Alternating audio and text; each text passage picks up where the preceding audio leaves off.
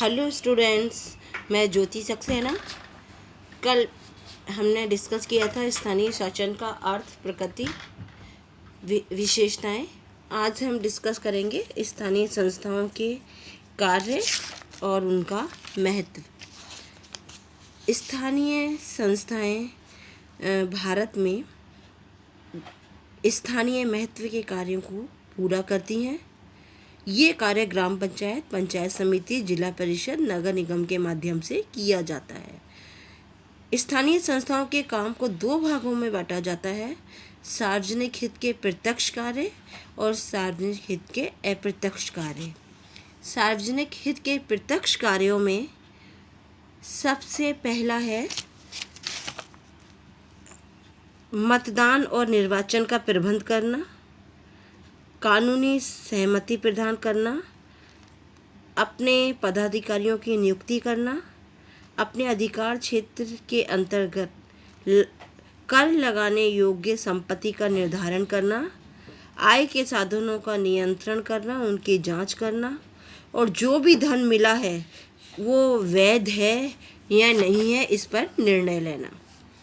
इसके प्रत्यक्ष कार्यों में आते हैं सांस्कृतिक विकास के कार्य।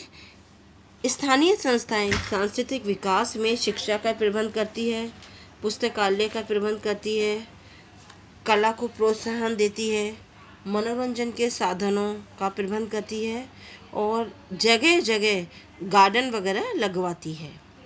सार्वजनिक क्षेत्र के मामले में ये अपाहिजों की देखभाल करती है। समाज में जो समाज विरोधी गतिविधियां हैं उनको रोकती है, अपराधों की रोकथाम करती है, स्थानीय विकास के लिए योजनाओं को बनाती है, यातायात व्यवस्था पर नियंत्रण रखती है, इमारतें बनवाती है, रोगों की रोकथाम और उपचार की व्यवस्था करती है। सार्वजनिक सेवा के क्षेत्र में स्थानीय स्वशासन के द्वारा जल का प्रबंध किया जाता है, बिजली का प्रबंध किया जाता है, स्थानीय सड़कों का निर्माण और मरम्मत की जाती है, सफाई का प्रबंध किया जाता है, बाज़ारों से खाद्य सामग्री की व्यवस्था की जाती है। इन कार्यों के अलावा स्थानीय संस्थाएं अपने आप में महत्वपूर्ण हैं। स्थानीय संस्थाएं बहुत सारे काम करती है, जैसे व्यक्तियों को राजनीतिक शिक्षा देना। स्थानीय संस्थाएं अच्छे नागरिक जीवन के विकास के लिए ज़रूरी है। ये व्यक्तियों को राजनीतिक शिक्षा देती है ताकि व्यक्ति ग्रामीण और शहरी स्थानीय संस्थाओं में अपनी भागीदारी को अच्छी तरह से निभा सके। वो ये समझ सके कि जनता की क्या आवश्यकता है, क्या समस्याएं हैं और उनका हम कैसे समाधान कर सकते हैं। साथ ही ये स्थानीय संस्थाएं व्यक्तियों को सजग और जागरूक बनाती हैं, क्योंकि जब तक व्यक्ति सजग और जागरूक नहीं होगा तब तक स्थानीय प्रजातंत्र का विकास नहीं हो सकता। इसलिए इन्हें चुनाव, कार्यप्रणाली पर नियंत्रण कैसे लगाया जाए इसकी शिक्षा दी जाती है। साथ ही ये राजनीति में जब अपनी सहयोग या सहभागिता देते हैं तो प्रत्यक्ष और अप्रत्यक्ष रूप से इन्हें राजनीतिक शिक्षा मिलती है। ये स्थानीय समस्याओं को सुलझाने में इनका दृष्टिकोण विकसित होता है और ये धीरे धीरे नागरिकों में सक्रियता, चेतना और क्रियाशील को जागरूक बनाती है। इसलिए ब्राइस ने कहा है, जो भी गांव के मामलों में ईमानदारी, सक्रियता और सार्वजनिक भावना सीख लेता है, उसे अपने महान देश के नागरिक के कर्तव्य का पहला पाठ सीख लेने को मिलता है। ये अच्छे नागरिक विकास के लिए तो अनिवार्य ही है, बल्कि सभ्य जीवन के रक्षक के लिए भी अनिवार्य है। केंद्र और राज्य सरकार को सहयोग देता है क्योंकि केंद्र और राज्य सरकार के पास बहुत ज़्यादा कार्य होते हैं, जबकि स्थानीय शासन राज्य सूची का विषय है। स्थानीय महत्व के विषयों पर इन संस्थाओं को अच्छी जानकारी होती है और ये अपना योगदान अच्छी तरह से दे सकते हैं ताकि केंद्र और राज्य सरकार का कुछ काम हल्का हो सके और वो स्थानीय मामलों पर ध्यान ना देकर अपने केंद्र और राज्य सरकार के मामलों पर ध्यान दें। प्रजातंत्र की पाठशाला भी हम इसे कह सकते हैं स्थानीय संस्थाओं को, क्योंकि बहुत सारे ऐसे नेता हैं जिन्होंने अपने सफल जीवन की शुरुआत इन्हीं संस्थाओं से प्रशिक्षण प्राप्त करके की, जैसे सुभाष चंद्र बोस, जवाहरलाल नेहरू।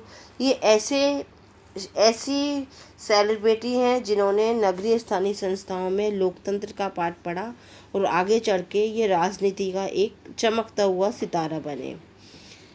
लॉर्ड ब्राइस का कहना है कि स्थानीय संस्थाएं प्रजातंत्र की पाठशाला का काम करती है। इस स्तर पर कार्य करने से व्यक्ति के व्यक्तित्व में निखार आता है और इस स्तर पर प्राप्त अनुभव से उच्च स्तर पर सफलता दिलाने में सहायता मिलती है। इस स्तर पर जो भी हमें सबक मिलता है उसकी सहायता से आगे बढ़ने में हमें मजबूती मिलती है।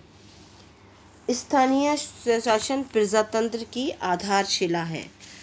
स्थानीय प्रशासन को केवल सफलता की कुंजी ही नहीं बल्कि एक प्रजातंत्र की आधारशिला माना है, क्योंकि स्थानीय संस्थाएं देश के नागरिकों को राजनीति में भाग लेने का अवसर प्रदान करती है। ये तब तक संभव नहीं है जब तक निम्न स्तर पर लोकतंत्र मजबूत नहीं होगा। तब तक हमें ऊपरी स्तर पर प्रजातंत्र की सफलता की कल्पना करना व्यर्थ ही होगा।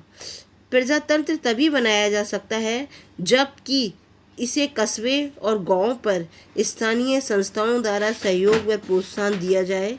सच्चे प्रजातंत्र के व्यवहारिक रूप को सामान्य नागरिकों की शासन में रुचि हो, शासन में सहभागिता हो।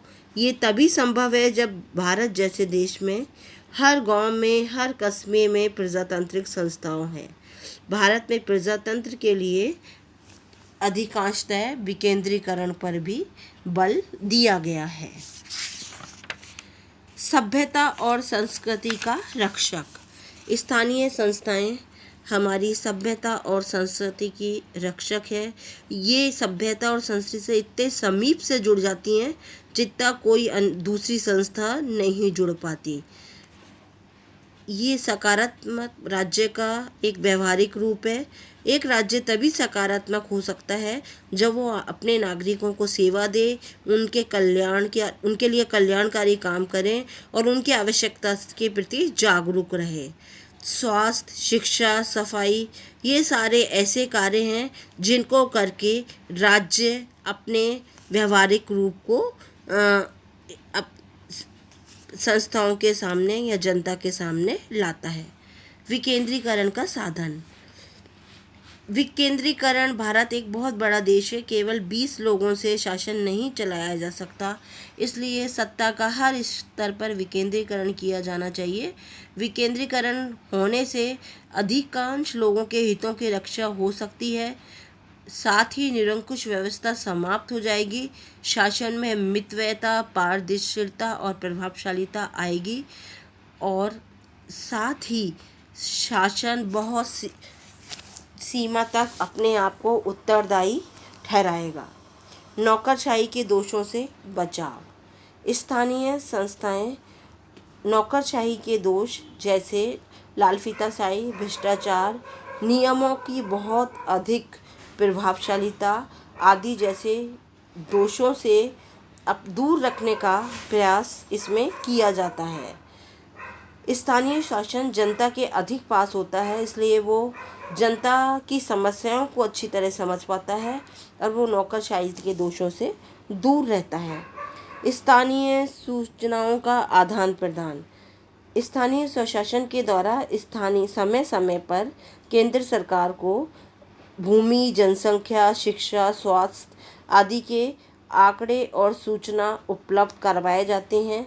इन्हीं सूचनाओं के आधार पर केंद्र और राज्य सरकार आने वाली कार्यक्रम और योजनाओं को बनाती हैं। स्थानीय संस्थाएं जनता और राज्य और केंद्र सरकार के बीच एक माध्यम या कड़ी है। ये जनता की इच्छाओं को शासन तक पहुंचाती हैं। स्थानीय संकट काल में जनता व उच्च प्रशासन में ये कड़ी का काम करती है तथा राष्ट्रीय निर्णय को ये कोने कोने तक पहुंचाती है। योजना निर्माण में सहायक। स्थानीय शासन स्थानीय आवश्यकताओं को ध्यान में रखकर योजना बनवाने में सहायक है।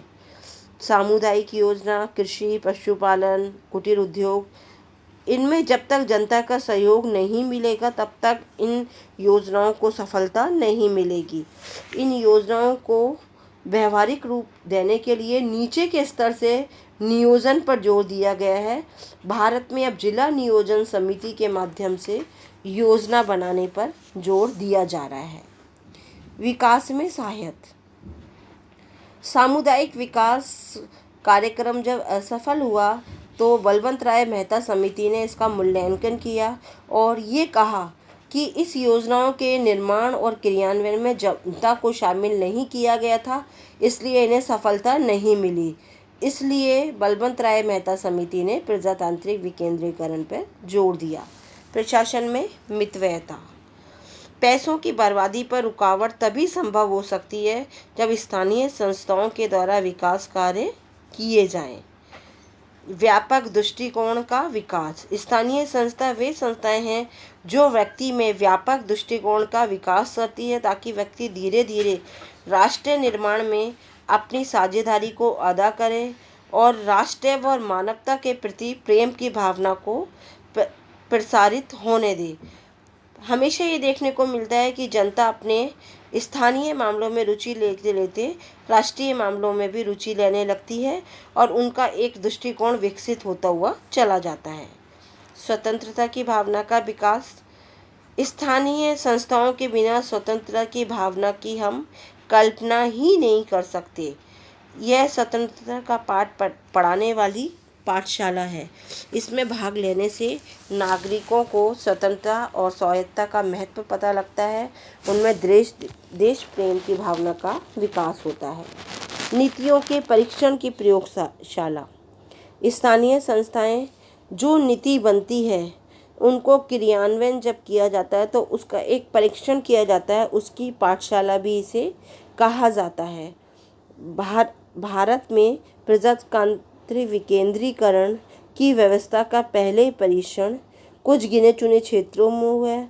उसके बाद सारे राजस्थान राज्य में पंचायती राज का शुरू हुआ।